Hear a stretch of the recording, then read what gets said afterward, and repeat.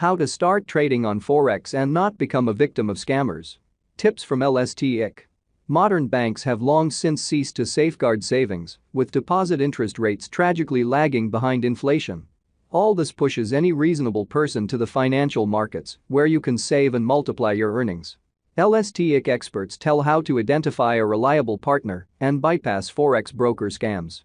The first thing to look at is the website. It should work properly and contain up-to-date information about the company's data. Its address, postal and electronic contacts, and license details.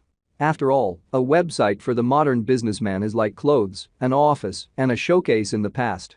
You wouldn't give money to an unshaven man without papers in the park if he said he was an investment manager, says Jack Finley, a financial consultant. Let's add that the website is not only a showcase but also a tool, especially for modern fintech companies. You may not only find a poorly functioning website from scammers but also from others. But there is a risk of failure during a deal or withdrawal. It's better to get around it beforehand, just like a suspicious person in the park. What absolutely should not be on the website of a decent business is obviously deceptive inflated promises. No real Forex broker will promise guaranteed income, Finley notes. Trading, investments, bank deposits, even government bonds are always a risk. Risk can be managed, and there is hedging and insurance. This is what you will hear from a real financier. We at LSTIC have an absolute prohibition on the promise of guarantees. It's unprofessional. The fact is that one's fear of loss is biologically greater than one's desire to acquire. And scammers take advantage of this by making false promises. After all, they have no intention of fulfilling them. An honest business is interested in customers who are aware of what, how, and why they are doing.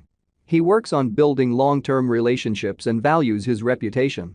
It's better to lose 10 clients, Jack Finley says, than to gain one dissatisfied one. The modern internet allows us not only to disseminate information but also to verify it.